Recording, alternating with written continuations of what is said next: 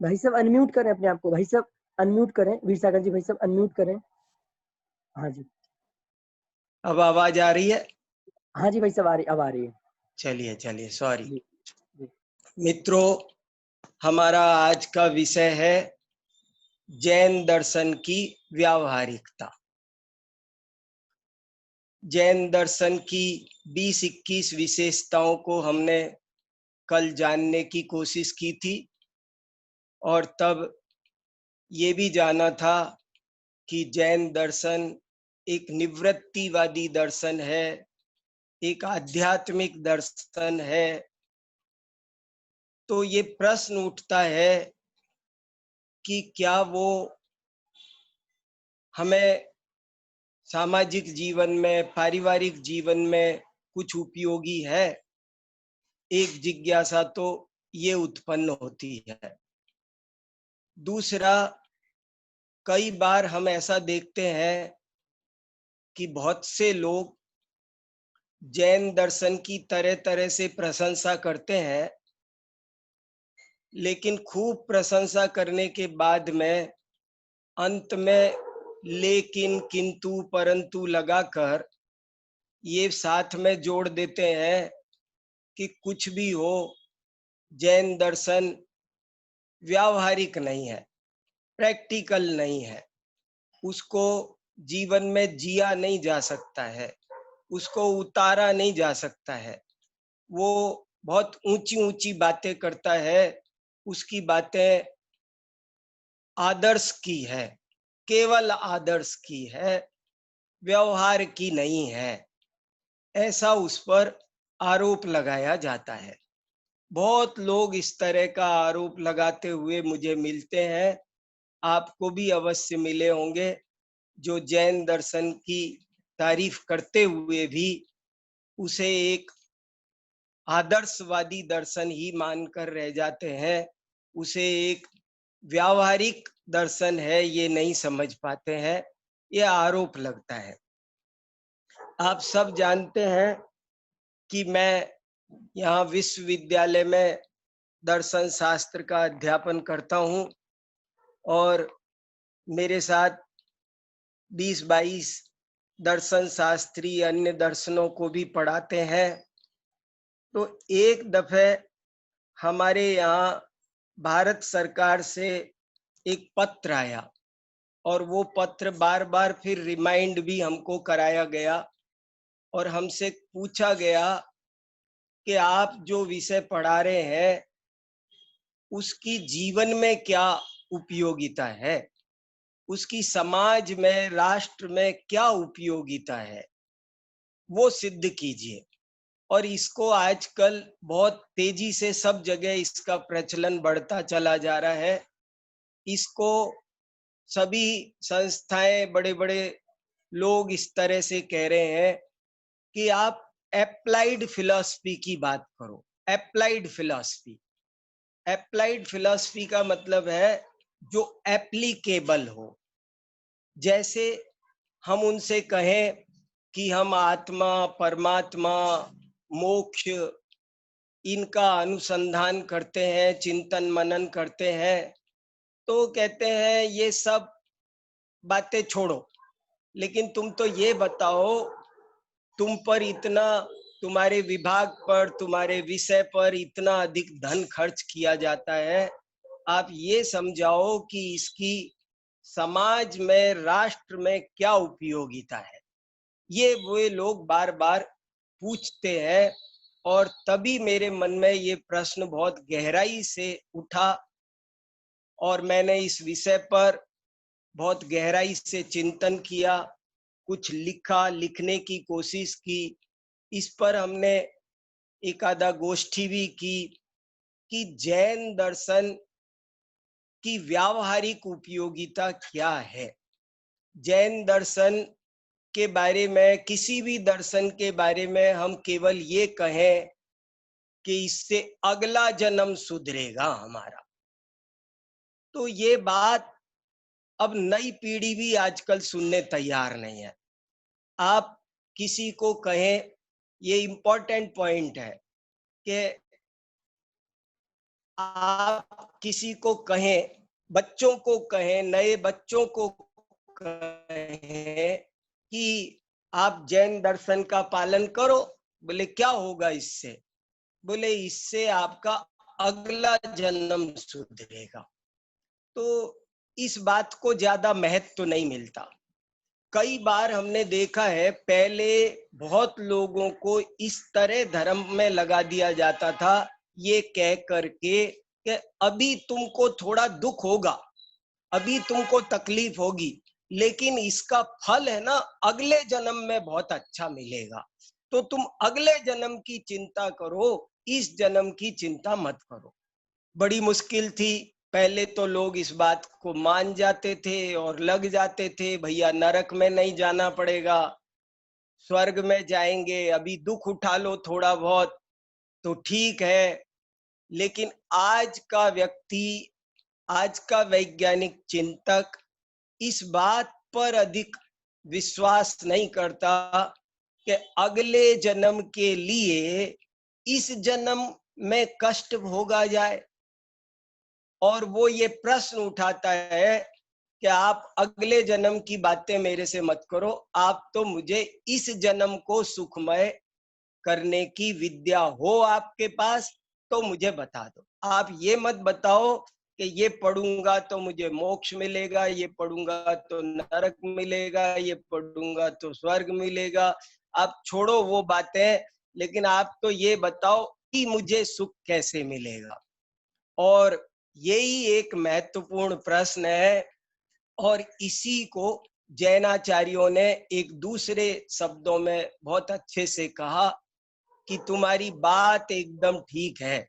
दुनिया के बहुत सारे धर्म दर्शन इस बात पर जनता को, श्रोताओं को एक तरह से धोखा ही देते चले आ रहे थे कि तुम तो अगले जन्म की चिंता करो, इस समय तुम्हें तकलीफ हो रही ना, परवाह मत करो, अगले जन्म में तुमको माल मिलने वाला है।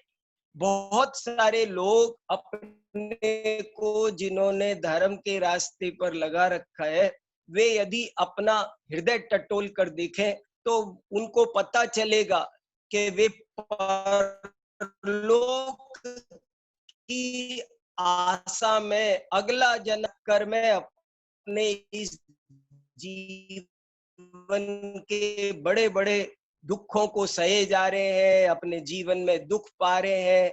कोई बात नहीं, थोड़ा दुख पा लेते हैं, बाद में मजे ही मजे आएंगे। लेकिन ये एक बहुत बड़ी भ्रांति है, क्योंकि धर्म उसका नाम है जो अभी सुख दे।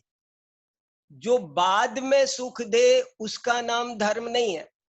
धर्म उसका नाम है जो तत्काल सुख दे। जो बाद में सुख दे उसे धर्म नहीं, कर्म कहते हैं। जो अभी सुख दे उसका नाम धर्म है, और जो बाद में सुख दे उसे कर्म कहते हैं। तो हमें कर्म नहीं करना है, हमें धर्म करना है। और धर्म करना है तो वो अभी तत्काल सुखदायक होना चाहिए। ये जैन आचार्यों की बहुत गहरी स्थापना है, जिसको किसी हिंदी के कवि ने कहा है, शानदार भूत था भविष्य भी महान है, अगर हम संभाल लें जो कि वर्तमान है।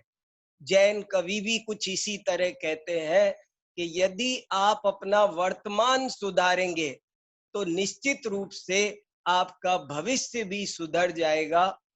एक बहुत अच्छा श्लोक जैनाचार्यों ने लिखा है, बहुत महत्वपूर्ण श्लोक है इस विषय में। वो श्लोक ये है, संदिग्धेपि परे लोके कर्तव्यो धर्म संग्रह, यद्यस्ति ततः किम स्यात्, यद्यस्ति नास्ति को हतः। बहुत सुंदर श्लोक है। संदिग्धेपि परे लोके, कि परलोक संदिग्ध हो तो भी। हम 2 मिनट को देखो, जैन आचार्य कितने व्यावहारिक बनते हैं, कितनी व्यावहारिकता से बात करते हैं। जैन दर्शन की व्यावहारिकता पर हमको चिंतन कर रहे हैं हम लोग, कि जो परलोक है, स्वर्ग नरक है, वो मानना हमने नहीं है। चलो हम 2 मिनट को ये भी मानते हैं, क्योंकि आजकल के बहुत से बच्चे ये कहते मिलेंगे कि वो किसने देखा, वो संदिग्ध है, वो कोई तो कह देगा है ही नहीं, कोई कहेगा संदिग्ध है। तो ठीक है, हम 2 मिनट को मान लेते हैं। संदिग्धेपि परे लोके कर्तव्यो धर्म संग्रह, यदि नास्ति ततः किम स्यात्, यद्यस्ति नास्ति को हता। यदि वो नहीं है तो क्या हुआ, कोई नुकसान नहीं है। लेकिन यदि वो हुआ तो नास्तिक मारा जाएगा। इसलिए परलोक संदिग्ध हो तब भी हमें धर्माचरण करना चाहिए। कितना सुंदर श्लोक है। पंडित कैलाश चंद जी शास्त्री इसके लिए एक बहुत अच्छी कहानी सुनाते थे, वो बहुत मार्मिक है। एक दफे की बात है कि एक पंडित जी, एक जैन पंडित जी ट्रेन में यात्रा कर रहे थे, और जब वो ट्रेन में यात्रा कर रहे थे तो ट्रेन चल रही थी, जो भी कोई बेचने आता था, पूड़ी कचौड़ी दाल मोठ ये समोसा चाय सब लोग खरीदते थे, खाते थे। वो अपने शांति से पंडित जी बैठे थे। और जब शाम का समय हुआ 5:30-6 बजे, तो उन्होंने अपना भोजन का समय हुआ तो अपने बैग में से टिफिन निकाला और खोल के भोजन करना प्रारंभ किया। तो उनके सामने एक मौलवी साहब बैठे थे।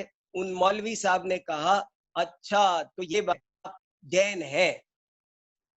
पंडित जी एक बात बताओ, आप अपनी आत्मा को इतना दुख क्यों दे रहे हो? मैं इतनी देर से सोच रहा था कि सब लोग मजे मस्ती कर रहे हैं और आप कुछ नहीं खरीद रहे हैं, कुछ नहीं खा रहे हैं। मेरी समझ में नहीं आता कि आप अपनी आत्मा को इतना कष्ट क्यों दे रहे हो पंडित जी, ये तो बताओ। इसीलिए दे रहे हो ना कि नरक में ना जाना पड़े, इसीलिए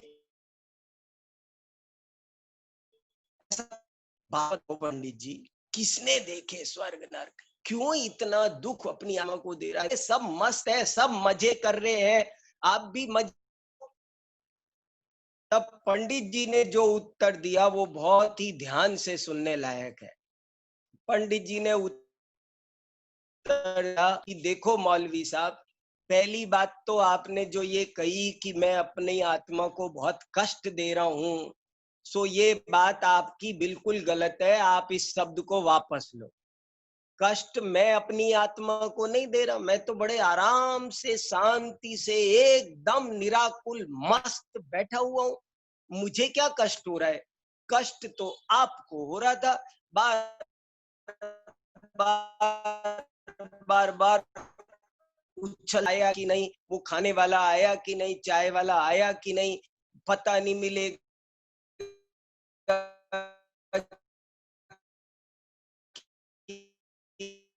नहीं मिलेगा। आपके आप थे दिन से परेशान तो आप थे, मुझे क्या परेशानी थी? आपने देखा मुझे परेशान होते हुए? मैं तो बिल्कुल परेशान नहीं था, मैं तो बहुत आराम से, मेरे पास देखो घर की बनी हुई देसी घी की पूड़ियां रखी है, सब्जी रखी है, मिठाई रखी है, आप चखो तो सही। मुझे कोई चिंता ही नहीं। ट्रेन जंगल में रुक गई क्या, स्टेशन आया क्या नहीं आया, खाना मिलेगा कि नहीं, बासा तूसा मिलेगा क्या होगा, मैं तो मस्त रहूं। मुझे कहाँ आकुलता है? आकुलता तो आपको हो रही है। इसलिए पहली बात तो ये मन में से निकाल दो कि मुझे कोई तकलीफ है, तकलीफ तो आपको हो रही थी। रही बात स्वर्ग और नरक की, सो देखो मौलवी साहब, स्वर्ग नरक की बात अभी 1 मिनट को हम चलो आप ही की मान लेते हैं।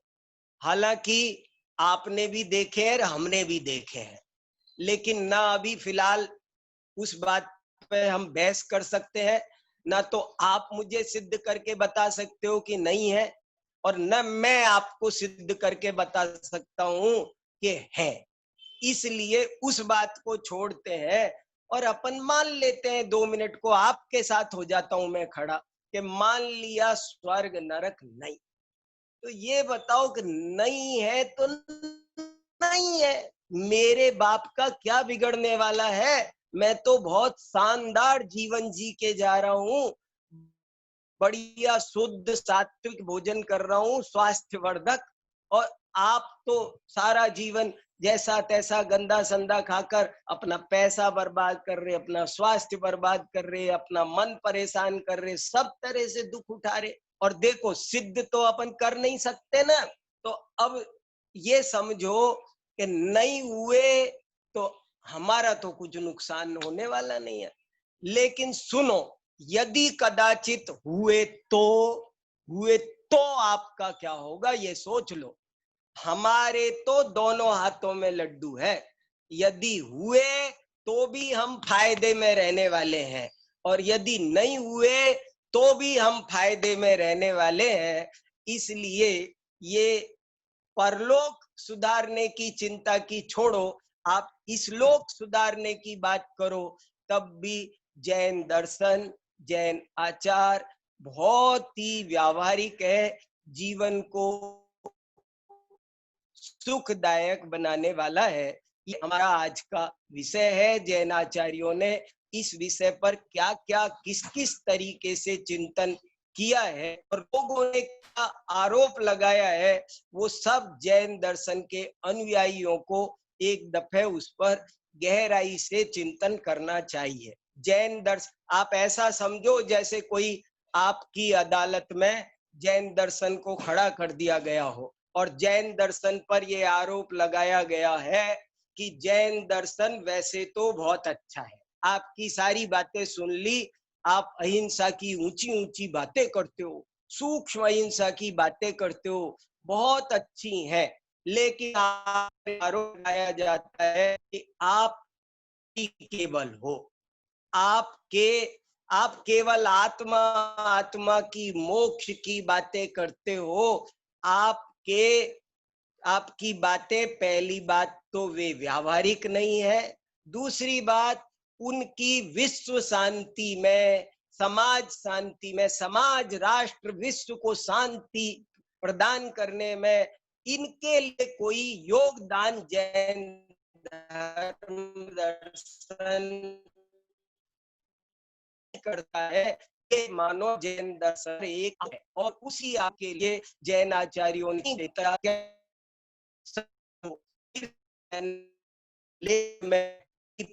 कर न केवल एक। मैंने तो ये बात जब हमारे ऊपर सरकार से बार बार आई कि आप इसकी व्यावहारिकता सिद्ध करो, तो मैंने एक पुस्तक ही बनाने की योजना बनाई थी, उसकी मैंने पूरी रूपरेखा भी बना ली, उसकी विषय सूची भी बना ली, उसके 6 अध्याय भी बना लिए, लेकिन वो काम मैं अभी तक नहीं कर सका हूँ। किसी को करना हो तो मैं उससे सूची भी जो मैंने जितना किया है वो सब काम दे सकता हूँ, लेकिन इस पर एक काम हो तो बहुत बढ़िया पुस्तक बन सकती है। मैंने तो इस तरह से अन्य दर्शनों के साथ भी तुलना की और फिर ऐसे अध्याय बनाए, प्रथमान योग की व्यावहारिकता, करणान योग की व्यावहारिकता, चरणान योग की व्यावहारिकता, द्रव्यान योग की व्यावहारिकता, जैन ग्रंथों की व्यावहारिकता, जैन समाज की व्यावहारिकता, ऐसे 6-7 अध्याय बनाए और इस विषय को रखने की कोशिश की। देखो जैन आचार्य कितना अधिक व्यावहारिकता के प्रति सजग रहते हैं, आज हमको यही चिंतन करना है। वे शास्त्रों की रचना प्रक्रिया हो, कुछ भी हो, हर विषय में, जैसे प्रमेय रत्नमाला ग्रंथ में एक बहुत बढ़िया प्रकरण आता है और वो सभी शास्त्रों में थोड़ा बहुत आता ही है। शास्त्र कैसे होने चाहिए, तो लिखा शक्यानुष्ठान इष्ट प्रयोजनवंती ही शास्त्राणी।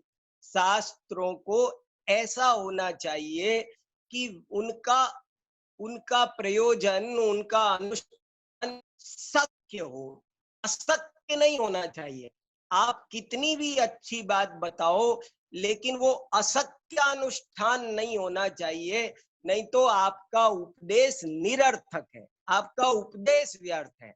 आपका उपदेश तभी सार्थक है जब आपका उपदेश सत्य हो। सत्य, सत्य माने जिसे किया जाना संभव हो। और इसमें बहुत बढ़िया उदाहरण दिया कि एक व्यक्ति को बुखार आ गया, तो उसके लिए एक वैद्य ने दवाई बताई, सर्व ज्वर हर तक्षक रोग चूड़ामणिवत। बोले बुखार नहीं उतर रहा, क्या करें? तो उससे कहा कि एक मणिधारी सर्प खोजो और उसके मुकुट में मणि होती है, वो मणि निकाल कर लाओ, और ये जिस बच्चे को बुखार हो रहा है इसके सिर पर रख दो, तो सारा बुखार उतर जाएगा। बात सही है, लेकिन फिर भी वो असत्यानुष्ठान होने से ये उपदेश व्यर्थ है। देखो कितना गहरा, और कई उदाहरण दिए, वहां बहुत लंबी चौड़ी चर्चा की है कि शास्त्र में वही बात कहो, वही बोलना चाहिए जो सत्य हो, जो सत्य नहीं हो वो नहीं बोलना चाहिए। बहुत उदाहरण दिए। एक उदाहरण ये भी दिया कि जैसे कोई पुत्राभिलाषी हो तो उसे ये उपदेश दिया जाए कि तुम अपनी माता से विवाह करो, तो ये उपदेश सत्य नहीं है, इष्ट नहीं है। तो जो सत्य हो, इष्ट हो, वही उपदेश कार्यकारी है। मैं आपको ये एहसास कराने की कोशिश कर रहा हूं कि जैनाचार्यों ने भी यद्यपि आत्मा, परमात्मा, पूर्ण निवृत्ति की बातें, दुनिया से ऊपर उठकर दुनिया की चिंता मत कर, तू परद्रव्यवादो दुख गई, पर द्रव्य की तरफ देखेगा तो तेरी दुर्गति होगी। तू पर द्रव्य की तरफ मत देख, तुझे समाज से, दुनिया से, राष्ट्र से कुछ लेना देना नहीं है। तू पाप पुण्य से पार, समस्त विकल्पों से पार, एक आत्मा को जानो, उसी में जम जाओ, उसी में रम जाओ, यही जैन धर्म है। इससे आगे जैन धर्म कुछ नहीं है। बड़ी गजब की बात है। देखो बहुत अच्छे से, शांति से आप स्वयं जब इस विषय पे चिंतन करेंगे तब आपको पता चलेगा। मुझे भी जब पहली बार ये कहा कि जैन दर्शन व्यावहारिक है क्या, बताओ, तो हमने कहा कैसी बातें कर रहे हो, क्या लेना देना हमको इन बातों से, हम तो एक आत्मा एक देखिए जानिए रम रही है एक ठौर। तो समस्त विकल्पों का त्याग करके आत्मा में जमना, रमना, मुक्तिपुरी पहुंचना, यही तो शॉर्ट एंड स्वीट जैन धर्म है। इसके आगे है क्या बात? कुछ नहीं। लेकिन फिर जब सोचा, देखो दुनिया को तो उत्तर चाहिए, और दुनिया को, जैन दर्शन के विद्वानों को कैसी कैसी चुनौतियां जैन दर्शन के सामने आती हैं, और उनको हमें कैसे संभालना है, उनका क्या उत्तर देना है, कैसे समझना है, यही एक बात है। तो हम चिंतन कर रहे हैं कि जैन दर्शन के संबंध में, कि जैन दर्शन यद्यपि वो निवृत्ति का, आत्मा का, पूर्ण वीतरागता का, किंचित भी राग को जो उपादेय नहीं कहता है, ऐसा पूर्ण वीतरागता का दर्शन है, लेकिन फिर भी उसकी आराधना से, उसकी जिन जैन दर्शन की उपासना से, जो व्यक्ति उसकी उपासना करता है, उसकी उपासना से सहज ही, स्वयमेव ही, बाई प्रोडक्ट की तरह समाज, राष्ट्र, विश्व का भी परम हित होता है। विश्व शांति में भी जैन दर्शन का, जैन आचार का बहुत बड़ा योगदान सिद्ध होता है। यही बात बहुत जोर शोर से हमको समझनी है, बतानी है। वो कैसे व्यावहारिक है, कैसे वो, देखो उस पर इस तरह के भी आरोप लगते हैं कि उसे पाला नहीं जा सकता, कि साहब इनकी अहिंसा बहुत सूक्ष्म है। लेकिन जैसा कि बहुत अच्छे से यशस तिलक चंपू में इस प्रकरण को उठाया गया कि अहिंसा, वहां पर 2 श्लोक आए हैं बहुत सुंदर।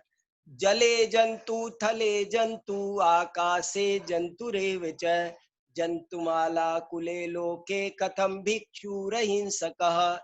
अरे जल में जीव है, थल में जीव है, आकाश में जीव है, सारी सृष्टि जीवों से भरी हुई है, तो फिर जीव हिंसा कैसे नहीं होगी? हम कैसे जिए बताओ? आपका तो धर्म ऐसा है कि हम जी ही नहीं सकते, फिर तो हम, तो फिर उत्तर दिया कि अग्नन अपि भवेत पापी निग्नन अपि न पाप भाग परिणाम विशेषेण यथा धीवर कर सकऊ। कि देखो भैया, धीवर माने मछली पकड़ने वाला और कर्षक माने किसान, ये दोनों है, लेकिन परिणाम के कारण बोले एक व्यक्ति जीवों को मारता हुआ भी हिंसा नहीं करता है और एक नहीं मारता हुआ भी हिंसा करता है। कैसे? बोले जैसे धीवर दिन भर मछली मारने का प्रयास करता है और कदाचित एक भी ना मार सके तो भी वो हिंसक है, और एक किसान दिन भर खेत में अनेक सूक्ष्म जीवों की हिंसा करता है, तथापि उसका उद्देश्य हिंसा नहीं है, उसका उद्देश्य जीवों की प्राण रक्षा है। लोगों को अन्न देकर वो जीवन चलाना चाहता है, इसलिए उसको हिंसा का दोष नहीं लगता। तो हिंसा और अहिंसा परिणामों पर निर्भर करती है। और फिर देखो, कदाचित सूक्ष्म हिंसा की भी बात करो तो जैन आचार्यों ने बार बार, आप देखो, वो बार बार कहते हैं शक्ति तस त्याग, शक्ति तस तप। वो शक्ति से तप त्याग की बात उठाते हैं, कहीं पर भी शक्ति से अधिक काम करने की बात नहीं करते हैं।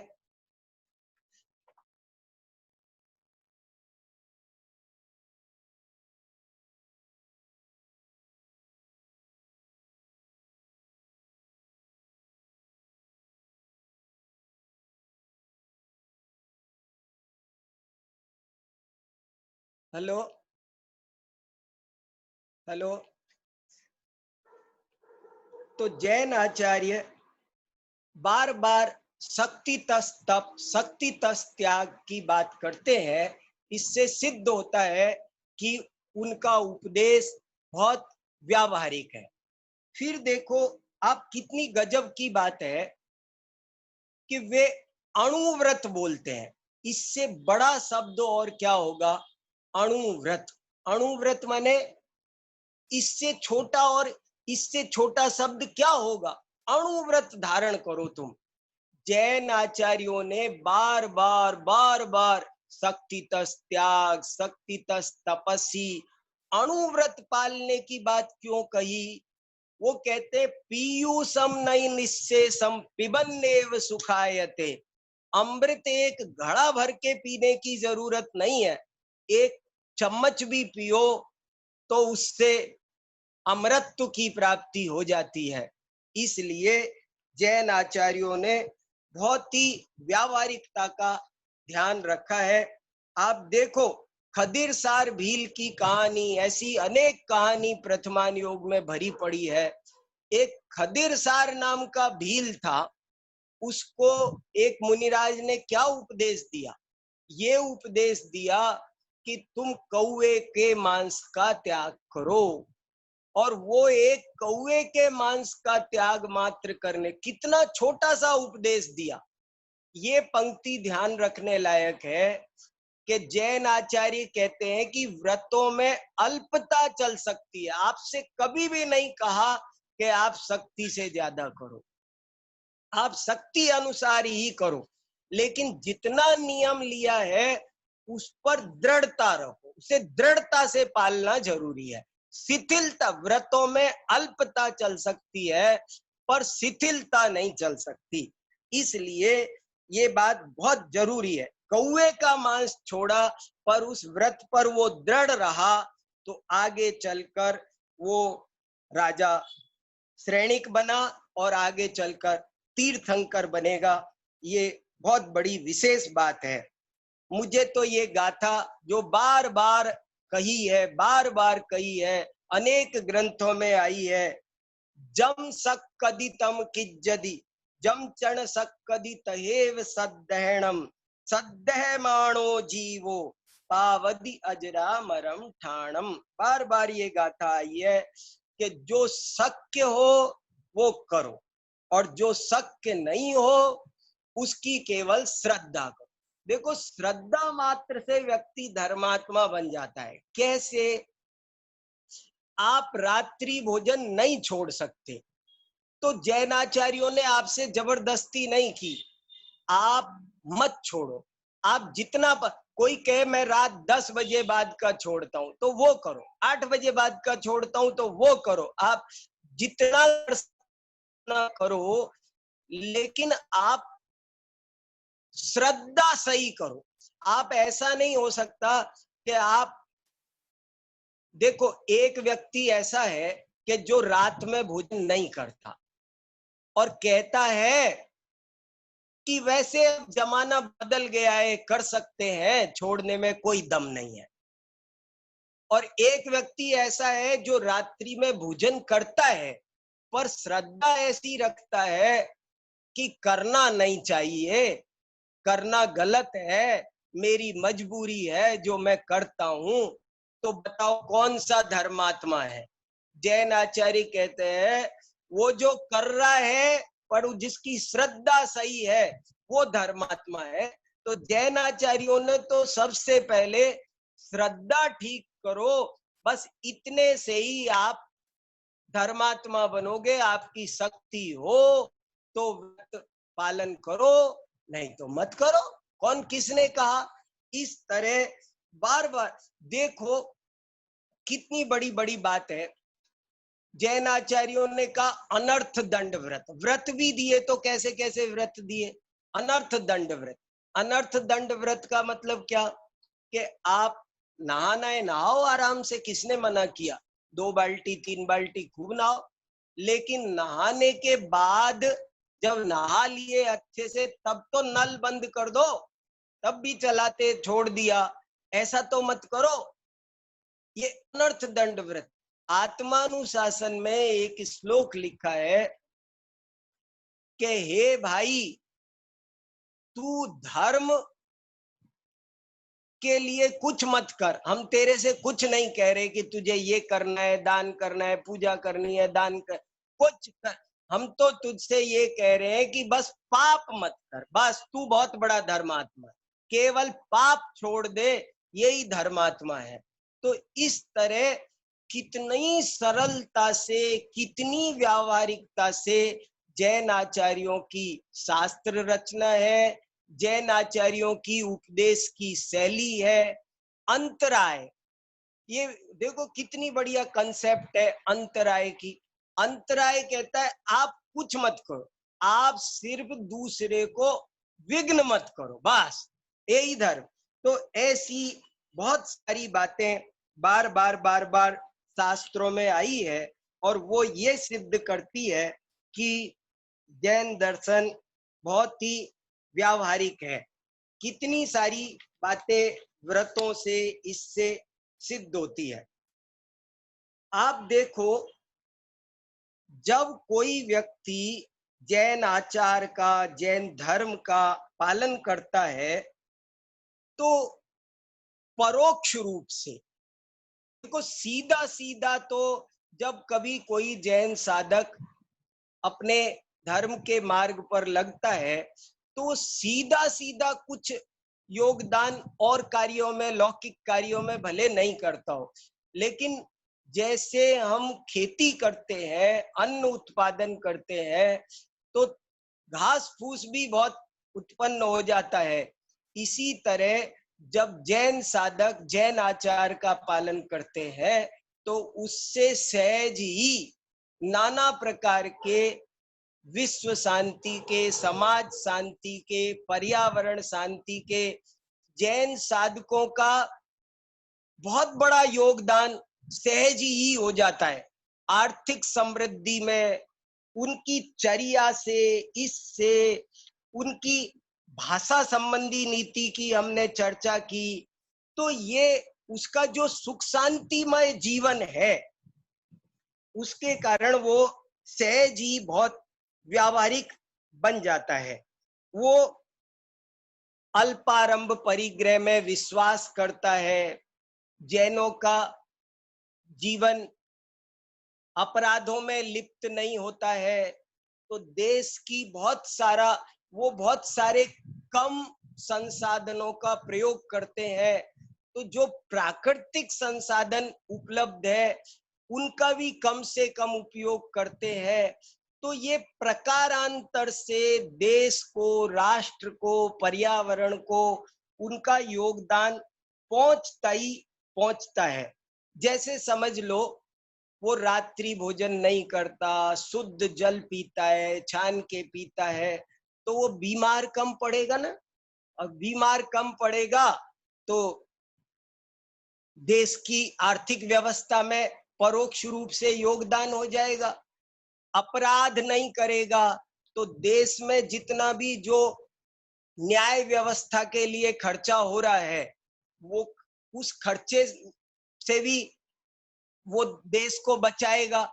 इस तरह से परोक्ष रूप से वो देश की आर्थिक समृद्धि में, देश के पर्यावरण शुद्धि में, देश की स्वास्थ्य समस्याओं में उसका योगदान स्वयमेव पहुंचता है। इसमें कोई संदेह नहीं है। देखो पानी की, अभी लोग कहते हैं कि अगला विश्व युद्ध कभी होगा तो पानी की कमी के कारण होगा। जैन समाज, जैन साधक पानी को बचाने में कितना बड़ा योगदान करता है। एक एक बूंद पानी की बचा के खर्च करता है, बासा भोजन नहीं छोड़ता, परिग्रह सीमित रखता है। इन सब के कारण नाना प्रकार की उसकी बातें बनती है जो उस विश्व शांति में योगदान देती है। जैनों की छोटी छोटी चर्या, देखो मंदिर जा, एक दिन की बात है, मैं सफदरजंग हॉस्पिटल में मेरे एक परिचित डॉक्टर से ऐसे ही मिलने गया। तो मिलने गया तो वहां बहुत भीड़ हो रही थी। वहां भीड़ हो रही थी तो मैंने डॉक्टर साहब से कहा कि डॉक्टर साहब क्या बात है, यहाँ इतनी भीड़ लगी हुई है। तो डॉक्टर ने जवाब दिया कि अरे जैन साहब, पहले लोग सुबह उठकर मंदिर जाते थे, अब जब से लोगों ने मंदिर जाना बंद किया है तब से यहाँ भीड़ लगना शुरू हो गई है। तो देखो मंदिर जाने की, प्रातः काल सुबह उठ के मंदिर जाने की एक छोटी सी क्रिया है, लेकिन उस छोटी सी क्रिया का कितना बड़ा प्रभाव आ रहा है कि उसके कारण कितना मन तन स्वस्थ रह पाता है। आज वैज्ञानिक सिद्ध कर चुके हैं कि शुद्ध पानी पीने से, रात्रि भोजन नहीं करने से कितनी बीमारियों से बचा जाता है। आज ये इंडिया टुडे में एक लेख आया था, उसमें लिखा था कि डायबिटिक वगैरह बीमारियों का कारण, एक मुख्य कारण रात्रि भोजन है। लोग रात को भोजन करके सो जाते हैं, वो किडनी पर वजन पड़ता है, पचता नहीं है, तो नाना तरह की स्वास्थ्य संबंधी समस्याएं रात्रि के भोजन के कारण होती है। तो इसलिए ये सब बातें, कई दफे तो ऐसा होता है कि हम पूरी बात सुनते नहीं, समझते नहीं, तब हमको कभी कभी ऐसा भ्रम हो जाता है कि अरे ये अव्यावहारिक है। हम जैन दर्शन पर जल्दी से लोग आरोप लगा देते हैं कि ये अव्यावहारिक है, क्योंकि पूरी बात सुनी नहीं, समझी नहीं। एक दफे क्या हुआ, एक जैन साहब को बुखार आ गया, और उनको जब बुखार आ गया तो वो डॉक्टर के पास गए। डॉक्टर बोला कि जैन साहब ये तो मलेरिया है, आपको मच्छर ने काटा है और मच्छर के काटने से बुखार हुआ है। लेकिन अब एक बात बताओ, आप हमेशा कहते रहते थे मच्छर नहीं मारना चाहिए, मच्छर नहीं मारना चाहिए, बड़ी अहिंसा अहिंसा की ऊंची ऊंची बातें करते थे। अब आज मुझे ये बताओ, अब आपका क्या मत है? मच्छर मारे जाए या तुम्हें मरने दिया जाए? क्या किया जाए बताओ? अब बताओ, अब क्या करें? तो जैन साहब ने कहा कि देखो डॉक्टर साहब, आपसे बहस करने की शक्ति मुझ में नहीं है। मैं महावीर भगवान का शिष्य हूँ, और आपको ज्यादा बहस करनी हो तो आप महावीर भगवान से बात कर लो। तो उन्होंने बोले वो कैसे करें? बोले आप फोन से कर लो। तो महावीर भगवान को फोन मिलाया गया। दोस्तों देखो गजब की बात, महावीर भगवान को फोन मिलाया, फोन मिल गया, बात हो गई। महावीर भगवान बोले हाँ भाई बोलो, कैसे फोन मिलाया, क्या कहना था? तो वो बोले कि आपने कहा था कि मच्छर मत मारो। अब ये बताओ, मच्छर मारे तो हिंसा होती है, नहीं मारते हैं तो मलेरिया हो रहा है। अब क्या करे, बड़ा संकट है, आप समाधान बताओ। तो महावीर भगवान ने जो उत्तर दिया वो सुनो आप ध्यान से। महावीर भगवान ने उत्तर दिया कि अरे आपने मेरी पूरी बात नहीं सुनी। मैंने आपसे ये भी तो कहा था कि रात में भोजन मत किया करो, कूलर में पानी मत छोड़ा करो, गंदगी मत छोड़ा करो, जूठन मत फैलाया करो। अगर तुम मेरी पूरी बात मानते तो मच्छर पैदा ही नहीं होते, तो मारने की बात कहां से आती? तुम मेरी पूरी बात सुने नहीं, माने नहीं, इसलिए ये समस्या इतनी बड़ी खड़ी हो गई। तो कई बार जैन दर्शन के संबंध में भी, जैन आचार के संबंध में भी ऐसा लगता है कि वो अव्यावहारिक है, लेकिन वास्तव में वो अव्यावहारिक नहीं है, वो बहुत ही वैज्ञानिक है। और उसके पालन से आत्महित के साथ साथ विश्व हित भी होता है। समाज, एक सुंदर समाज की रचना होती है, एक स्वस्थ समाज की रचना होती। इसके सिद्धांतों पर चलकर बहुत सारे बड़े बड़े अध्ययन समीक्षकों ने बहुत सारे रिसर्च आर्टिकल लिखे हैं। जैसे मांसाहार का जैन धर्म में निषेध है, तो विद्वानों ने निष्कर्ष निकाला है कि यही बहुत बड़ी राष्ट्र की सेवा है। मांसाहार के कारण राष्ट्र को, पर्यावरण को बहुत नुकसान पहुंच रहा है, बहुत अधिक पर्यावरण प्रदूषित हो रहा है, ग्लोबल वार्मिंग बढ़ रही है, नाना तरह की दिक्कतें आ रही है। और जैन दर्शन ने इन बातों को कहा, तो ये भी बहुत बड़ा विश्व शांति में उनका योगदान है। एक दफे किसी ने महात्मा गांधी से कहा कि आप कहते हो कि किसी को मारना नहीं चाहिए, अहिंसा अहिंसा। देखो अहिंसा और अनेकांतवाद पर महात्मा गांधी ने बहुत सारे व्यावहारिक विचार व्यक्त किए हैं। एक दफे उनसे जब ये कहा कि आप बहुत अहिंसा की बातें करते हो, लेकिन एक बात बताओ कि अगर शेर बकरी को ना मारे तो अपने बच्चों को क्या खिलाएगा, कैसे पालेगा? आप अहिंसा अहिंसा की बातें करते हो। देखो दूसरे धर्म इस तरह की अनुमति दे देते हैं, ऐसे झूठ बोल सकते हैं, ऐसे हिंसा कर सकते हैं, लेकिन जैन धर्म ऐसा कभी नहीं कहता। वो किसी भी कीमत पर हिंसा झूठ की अनुमति नहीं देता।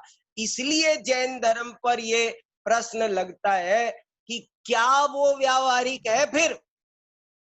तो महात्मा गांधी से जब ये प्रश्न पूछा गया तो महात्मा गांधी ने उत्तर दिया कि देखो भैया, तुमने शेर के बच्चों की तो चिंता कर ली कि उनका क्या होगा, लेकिन वो बकरी के बच्चों की चिंता कौन करेगा?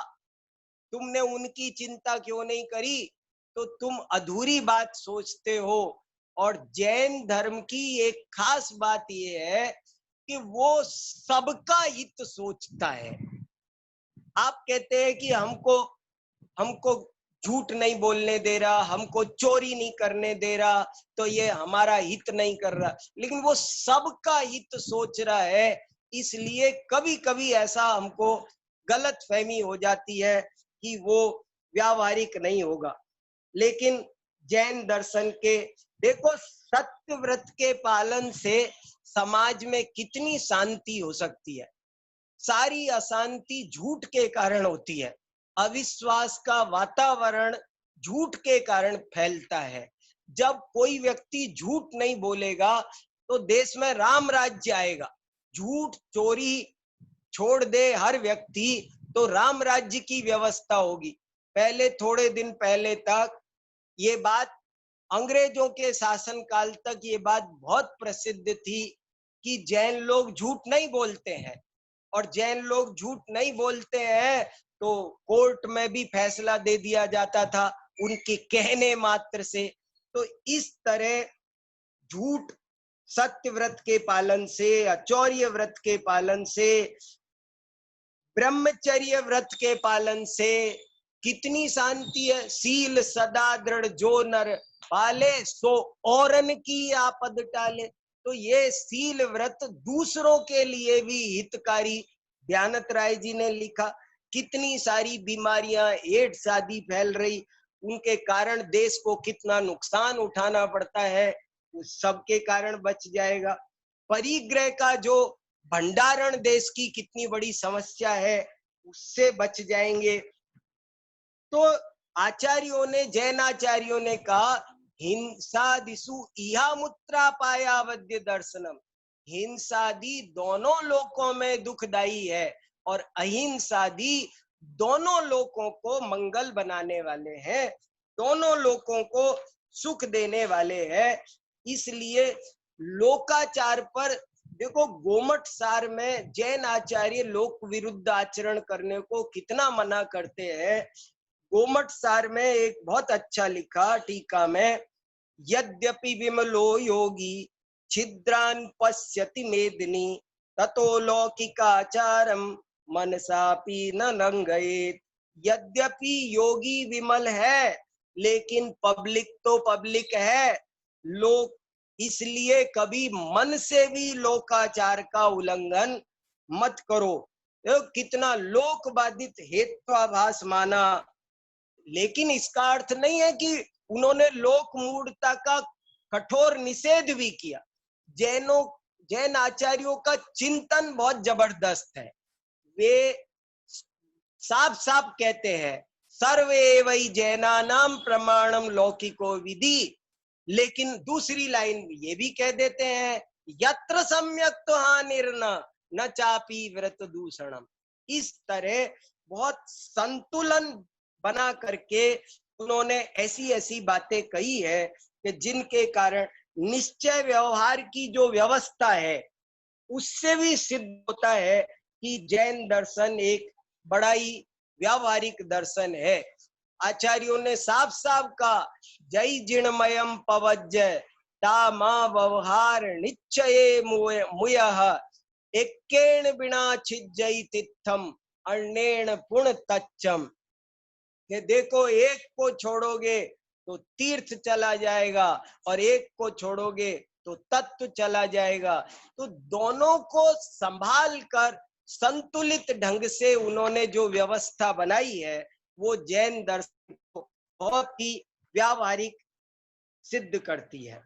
बहुत लोगों ने अनेकांतवाद पर बहुत लिखा है, बड़े बड़े, मैंने 20-22 लोगों के यहाँ आज कोटेशन लिख करके आपको सुनाने को रखे थे कि क्या क्या उन्होंने लिखा है।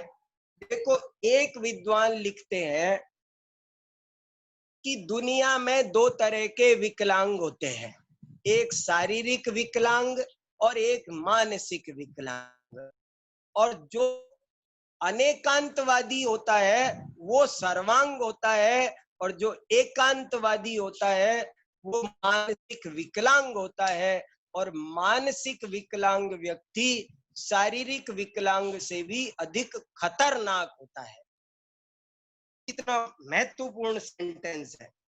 ऐसे ही रामधारी सिंह दिनकर ने संस्कृति के पृष्ठ संख्या 137 पर लिखा है, इसमें कोई संदेह नहीं कि अनेकांत का अनुसंधान भारत की अहिंसा साधना का चरम उत्कर्ष है, और सारा संसार इसे जितनी ही शीघ्र अपनाएगा, विश्व में शांति उतनी ही शीघ्र स्थापित होगी। ये रामधारी सिंह दिनकर। अरे क्या होता है, अनेकांतवाद ही हमें दिखाता है कि मतभेद होते हुए भी मनभेद नहीं रखना है, नहीं तो दुनिया में आग लगी हुई है। जो हमारे धर्म को, हमारे मत को ना मानता हो उसको खत्म कर दो, ये आतंकवाद दुनिया में चलता है। जैन दर्शन ऐसी बात नहीं करता। दुनिया में दो ही प्रकार के वाद है, एक अनेकांतवाद और एक दूसरा आतंकवाद। तीसरा कोई वाद नहीं है। यदि व्यक्ति अनेकांतवादी नहीं है तो वो गारंटी से आतंकवादी है। ये इस बात पर चिंतन करना होगा। तो अनेकांतवाद ने देश को, विश्व को क्या शांति का महामंत्र दिया है, नहीं तो देश में खून की नदियां बह जाती है। ऐसे बड़े बड़े लोगों ने लिखा है। एक डॉक्टर मंगल देव शास्त्री हुए हैं, उन्होंने एक जगह लिखा है कि नैतिक उत्कर्ष के साथ साथ व्यावहारिक शुद्धि के लिए भी अनेकांत दर्शन जैन दर्शन की महान देन है। और एक ये बहुत बड़े विद्वान हुए हैं, देखो ये चीफ जस्टिस हैं, डॉक्टर SV नियोगी। ये लिखते हैं, स्यादवाद के सिद्धांत द्वारा जटिल से जटिल समस्याओं को सुलझाने में अत्यधिक सहायता प्राप्त होती है। स्यादवाद सहिष्णुता और क्षमा का प्रतीक है। तो सहिष्णुता की भावना, सह अस्तित्व की भावना विश्व शांति के लिए बहुत आवश्यक है, और वो काम अनेकांतवाद, स्यादवाद के द्वारा होती है। ये बड़े बड़े विचारकों ने बात कही है। और भी ये बहुत सारे उदाहरण हैं। महात्मा गांधी का तो मैंने बताया ही आपको, ये एक बहुत अच्छा और एक उदाहरण है। जिस प्रकार मैं स्यादवाद को जानता हूँ उसी प्रकार उसको मानता भी हूँ। मुझे यह अनेकांत बड़ा प्रिय है। पहले मैं मानता था कि मेरे विरोधी अज्ञान में है, आज मैं विरोधियों से प्यार करता हूँ, क्योंकि अब मैं विरोधियों की दृष्टि से अपने को देख सकता हूँ। मेरा अनेकांतवाद सत्य और अहिंसा इन्हीं युगल सिद्धांतों का परिणाम है। तो इस तरह बहुत सारी बातें हैं मित्रों, जिनसे हमको ये पता चलता है कि जैन दर्शन हर विषय में ज्ञान देता है, हर चीज को हमें समझाता है, और ये उसका जो चिंतन है, इसके कारण देश में शांति बनती है, देश की आर्थिक समृद्धि में, पर्यावरण शुद्धि में, स्वास्थ्य में। मैं बताता रहता हूँ ना, ज्ञानी जैल सिंह का एक स्टेटमेंट था कि यदि सब लोग जैन आचार का पालन करें तो दुनिया में एक पुलिस चौकी की भी जरूरत न पड़े। तो कहने का मतलब यह है कि जैन दर्शन उच्च कोटि का आध्यात्मिक दर्शन है, लेकिन होते हुए भी जैन साधक जिस नगर में रहेगा, जिस राष्ट्र में रहेगा, उस नगर में, उस राष्ट्र में भी सभी पक्षों में सुख, शांति और समृद्धि आएगी, इसमें कोई संदेह नहीं है। मैंने अमेरिका में भी ये बात वहां रहने वाले बहुत जैन भाइयों से सुनी है कि वहां का प्रशासन ये कहता है, और लोग तो जितना कमाते हैं सब स्वाहा कर देते हैं, जैन लोग थोड़ा सा खर्च करते हैं और बाकी सारा सरकार के ही लिए छोड़ करके चले जाते हैं। इसलिए उनका ये जो अल्पारंभ परिग्रह का सिद्धांत है, उनकी जो सुंदर जीवन शैली है, वो आत्महित के साथ साथ विश्व हित के लिए भी अत्यंत उपादेय सिद्ध होती है, और जैन दर्शन एक बड़ा ही व्यावहारिक दर्शन सिद्ध होता है। इसी के साथ मैं आज की बात को यहीं पूर्ण करता हूँ। कल फिर हम एक दूसरे विषय के साथ मिलेंगे। जय जिनेन्द्र। बहुत बहुत धन्यवाद आदरणीय वीर सागर जी भाई साहब का, जिन्होंने जैन दर्शन आवाज की नहीं आई। बहुत धन्यवाद आदरणीय वीर सागर जी भाई साहब का, जिनके माध्यम से अभी हम सभी ने जैन दर्शन की क्या उपयोगिता है, क्या व्यवहारिकता है, इस विषय पर बहुत मार्मिक चर्चा सुनी। आज मेरे पास दो काम है, एक आपको सुखद सूचना देना है और दूसरा प्रश्न मंच भी करना है। पहले हम प्रश्न मंच करेंगे, इसके बाद आपको एक बहुत सुखद सूचना देंगे। प्रश्न मंच में हमारा पहला प्रश्न है कि अहिंसा की व्यवहारिकता क्या है। पहला प्रश्न है, अहिंसा की व्यवहारिकता क्या है। जल्दी से आप जवाब दें, फिर मैं आपको एक सुखद सूचना सुनाने वाला हूं। अहिंसा की व्यवहारिकता क्या है, आप रेज हैंड करें और हमें बताएं जल्दी से कि अहिंसा की व्यवहारिकता क्या है। आदरणीय प्रमोद जी भाई साहब रेज हैंड किए हैं। डॉक्टर प्रमोद जी, मैं निवेदन करता हूं भाई साहब अनम्यूट करके आप इसका जवाब देवें। आदरणीय प्रमोद जी भाई साहब।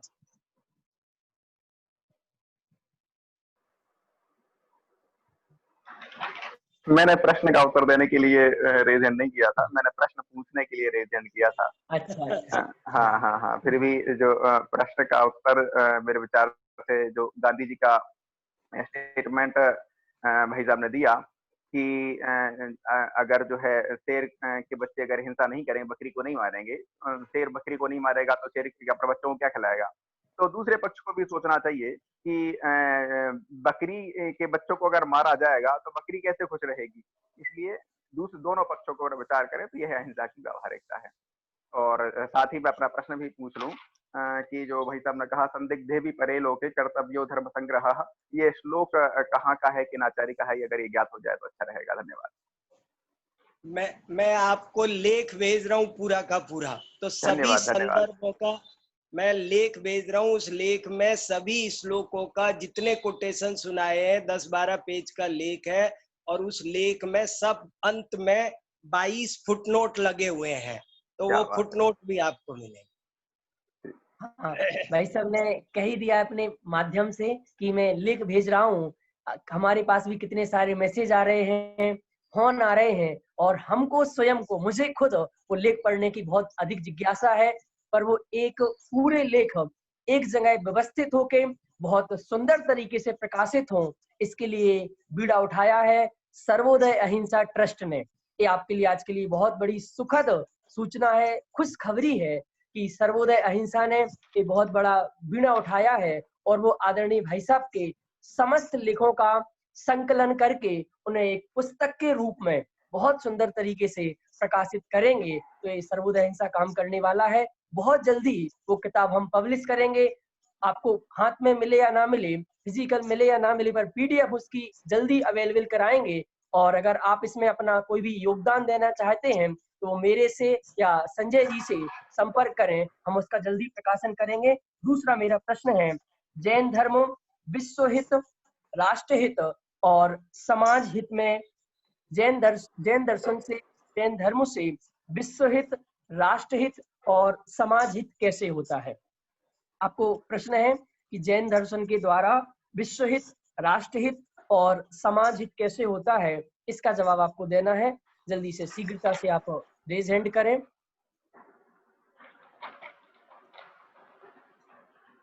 हाँ बोलिए जल्दी से, रेज हैंड करके अनम्यूट करके आप इसका हमें जवाब दें कि जैन दर्शन के माध्यम से विश्व हित, राष्ट्र हित और समाज हित कैसे होता है।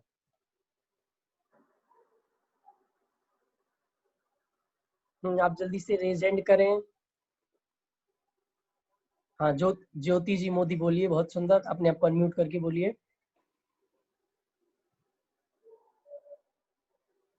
हाँ जी ज्योति जी बोलिए।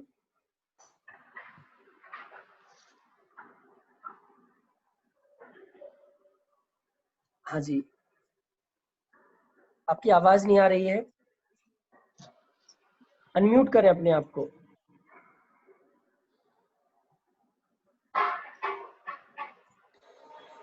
हाँ जी बोलिए। भैया जय जिनेन्द्र। जय जिनेन्द्र। जो व्यक्ति जैन धर्म के अनेकांतवाद को समझता है, जैसे पंडित जी साहब ने बताया था, संसार में दो प्रकार के वाद है, एक अनेकांतवाद है और एक आतंकवाद है। जो अनेकांतवाद को समझता है वो मतलब वो विश्व को शांति रूप देता है इस तरह से, और बाकी सब आतंकवादी है। जैन साधक, जैन धर्म जो है उच्च कोटि का अध्यात्म से परिपूर्ण है। तो जैन साधक जहां भी रहेगा, वो जिस देश में रहेगा, नगर में रहेगा, वहां सुख समृद्धि और शांति को प्रदान करेगा इस तरह से। और दूसरा बताया था कि जो अनेकांतवाद का जो सिद्धांत है वो नैतिक उत्कर्ष के लिए भी एक साधकतम है और अहिंसा को मतलब बढ़ावा देता है। इस तरह से बताया था कि जो शक्य बात हो वही हमारा जैन धर्म बताता है, और जो अशक्य, ठीक है, पर इससे विश्व हित कैसे होगा, देश हित कैसे होगा, समाज हित कैसे होगा? ये बातें तो ठीक है, इससे समाज का हित कैसे होगा? मतलब अनेकांत को समझेगा जीव, जब अनेकांत को समझेगा तो वो समझ पाएगा कि मतलब जिसे जीव को जीव माता देखागा। जैसे बहुत सुंदर जवाब दिया आपने, बहुत अच्छा जवाब आप दे रहे हैं। आज हम थोड़ी सी न्यूज़पेपर की ओर चलें, टीवी की ओर चलें, देखें तो आज पूरे देश अपना कितना सारा पैसा सिर्फ सुरक्षा के लिए खर्च कर रहे हैं। सिर्फ बंदूकों पर कितने कितने, बमों पर कितने कितने पैसे खर्च कर रहे हैं। पर अगर हम अनेकांतवाद को समझ लें, आतंकवाद से लड़ाई करने के लिए, आतंकवाद से रोकने के लिए, अपने देश को सुरक्षा करने के लिए कितने कितने उपाय सरकार कर रही है, कितना कितना पैसा खर्च कर रही है। और अगर अनेकांतवाद जीवन में आ जाएगा तो सारा आतंकवाद खत्म हो जाएगा, सारी अशांति खत्म हो जाएगी। यहाँ एक भाई साहब ने उल्लेख हमें पढ़ के बताया था, यदि दुनिया के सभी लोग जैनाचार अपना लें तो इस पूरी दुनिया में एक पुलिस चौकी की जरूरत नहीं पड़ेगी। बहुत सुंदर जवाब आपने दिया।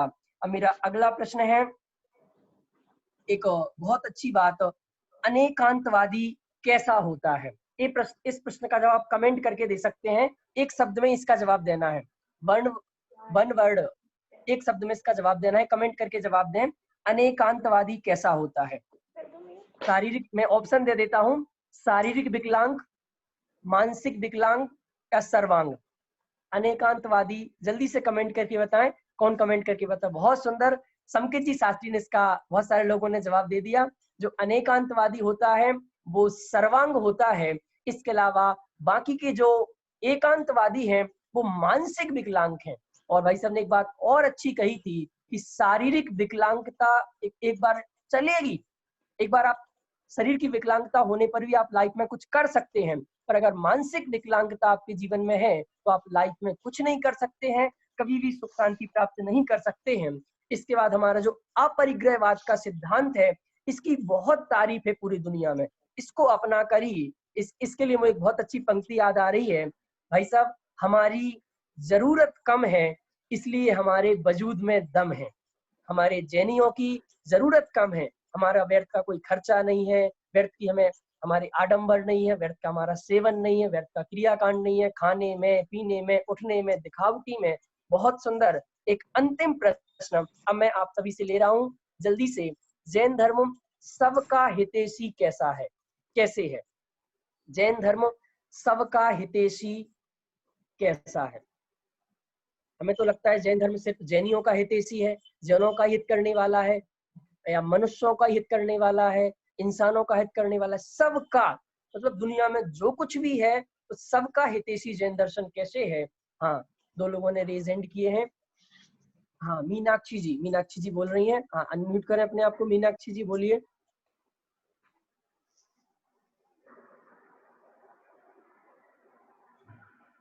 हाँ जी मीनाक्षी। हेलो। हाँ जी बोलिए। हेलो। हाँ जी बोलिए बोलिए, आपकी आवाज आ रही है। जय जिनेन्द्र भाई साहब। जय जिनेन्द्र बोलिए। जैन धर्म में प्राणी, समस्त प्राणी मात्र को परमात्मा स्वरूप, सिद्ध स्वरूपी देखता है, इसलिए वो किसी का बुरा नहीं कर सकता। हेलो। हाँ जी आवाज आ रही, बहुत बढ़िया। हाँ, और आपका प्रश्न एक बार और रिपीट कीजिए मुझे। कि जैन धर्म सबका हितैषी कैसे है? प्राणी मात्र का मतलब चाहे वो पंच इंद्रिय हो, एक इंद्रिय, कोई हो, त्रियंश हो, सबका वो हितैषी कैसा है जैन धर्म? वो ऐसा हितैषी है कि वो हिंसा, झूठ, चोरी, कुशील और परिग्रह के विपरीत 5 जो आचारों को पालन करता है, उससे त्रस और मतलब छेकाई के जीवों की हिंसा से बचता है। सबसे मूल गुण उनका अहिंसक होने से, जैन धर्म अहिंसावादी होने से, अहिंसा परमो धर्ममयी होने से सबका हितैषी है। बहुत सुंदर। ये जैन धर्म 5 व्रतों का, जो 5 आचार है हमारे, सचमुच 5 व्रत आप कह लो, कुछ कह लो, 5 लाइफ स्टाइल है, जीवन जीने के 5 तरीके हैं, जिनके जीवन में ये आ जाते हैं, उनका जीवन फिर सबके लिए होता है, ऐसा आदरणीय भाई साहब ने बताया था। और बीच में एक बहुत अच्छी बात आई थी कि अगर आपको स्वस्थ रहना है तो क्या करें? देखो, एक तो स्वस्थ के 2 अर्थ होते हैं। एक तो स्वस्थ मतलब अपने में स्थित, तो वो भी आपको जैन धर्म ही कराएगा। और दूसरा जो बाहर का शारीरिक स्वस्थता चाहिए, तो उसके लिए वो भी भाई जैन साहब ने धर्म से बहुत सारे रेफरेंस दिए थे कि न्यूज़पेपर में आया है, बार-बार आता है कि आपको डायबिटीज से बचना हो, किडनी खराब नहीं हो, आपका पेट खराब नहीं हो, आपकी पाचन शक्ति ठीक बनी रहे, तो उसके लिए एक ही चीज है, आप रात्रि भोजन करना छोड़ दीजिए, आपकी 95% बीमारियां खत्म हो जाएंगी। जो बहुत सारी बीमारियां हैं वो रात्रि में भोजन करने से होती हैं। ऐसा बहुत सुंदर। और एक अनेकांतवाद के संबंध में भाई साहब ने एक बहुत अच्छी बात कही थी, मतभेद होते हैं पर मनभेद नहीं होना चाहिए। यानी हमारा अनेकांतवाद क्या सिखाता है कि किसी के साथ कोई मतभेद नहीं है, हम विश्व शांति के लिए काम कर रहे हैं। ऐसी बहुत सुंदर क्लास, एक सिद्धांत की बहुत अधिक उपयोगिता है, इसके बिना हमारा जीवन चल ही नहीं सकता है। अगर आप चलाना चाह रहे हैं तो आप अच्छा जीवन नहीं चला सकते हैं, सच्चा जीवन नहीं चला सकते हैं। अगर एक बहुत अच्छा माई वे इज ऑलवेज हाईवे, अगर आप जैन धर्म के रास्ते पर आ गए हैं तो समझो फिर आप हाईवे पर हैं, आपको कोई दिक्कत आने वाली नहीं है। और आप जैन धर्म के रास्ते पर नहीं है तो आपको बहुत तकलीफें आएंगी, बहुत दुख आएंगे, बहुत प्रॉब्लम्स आएंगे, और सारी प्रॉब्लम्स का सॉल्यूशन है जैन धर्म। ऐसी आज हमने चर्चा सुनी और पुनः सूचना हम समस्त लेखों का प्रकाशन कर रहे हैं सर्वोदय अहिंसा की ओर से। तो आपकी इसमें जो भी भावना है वो हमें एक बार आप जरूर बताएं, आपका क्या निवेदन है, कोई सुझाव हो, कोई सहयोग की भावना हो, हम आपकी सारी भावनाओं को स्वीकार करेंगे। और अब कल मिलेंगे ठीक 4 बजे, तब तक के लिए सभी को सादर जय जिनेन्द्र। जिनेन्द्र जैन। अरे वो तो यहाँ से बोल रहा है।